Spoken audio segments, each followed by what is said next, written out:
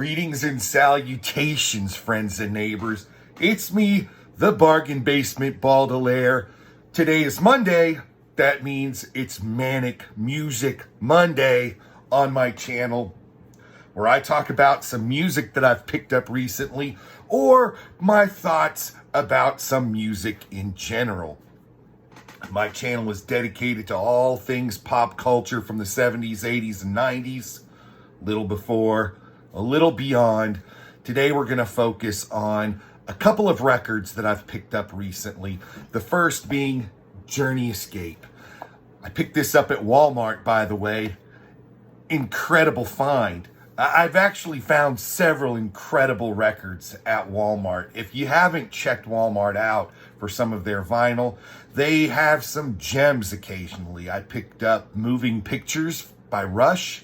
I picked up Glenda Ronstadt's Greatest Hits.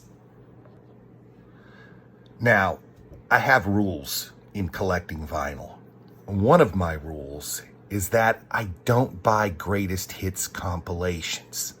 However, it's Linda Ronstadt. You kind of had to pick it up for the price. Plus, the packaging was awesome. See? I mean, how cool is that cover? I mean, you got Linda Ronstadt on it. What more do you need? Journey Escape is one of those records I think that everyone should try to have in their vinyl collection. If you're collecting vinyl, or if you are someone who is just an 80s aficionado, you've got to have it, partially because it's on this album that probably the greatest power ballad of all appears, and that's Don't Stop Believin'. It's the favorite of all karaoke performers everywhere.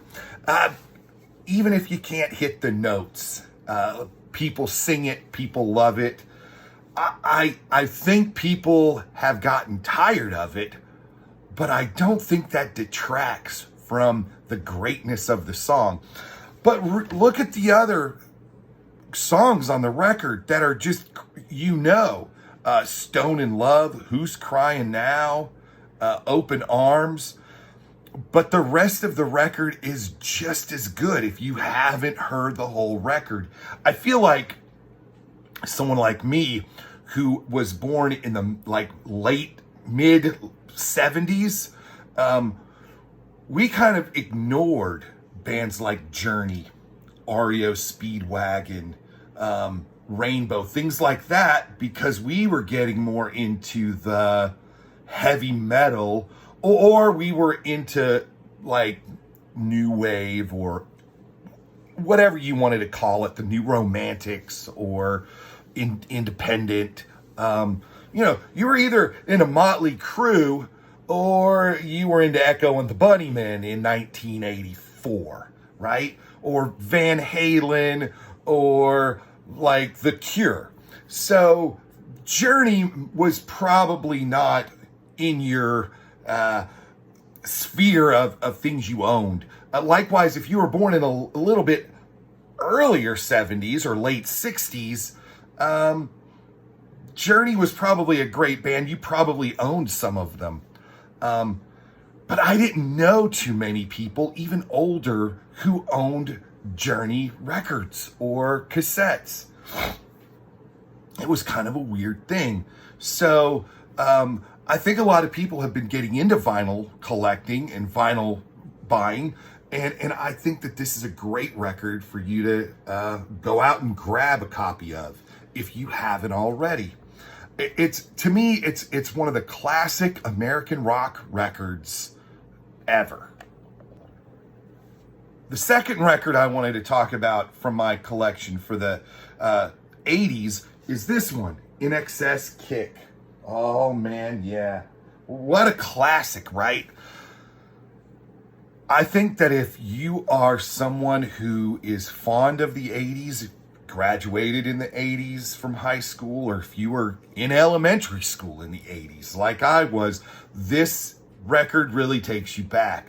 I had this on cassette. As a matter of fact, I believe I still have it on cassette. But I came across this at a used record store, and I had to pick this up because I feel like any self-respecting fan of 80s music needs to have a copy of this. To me, I think that collecting vinyl is one of those things that should be a communal thing.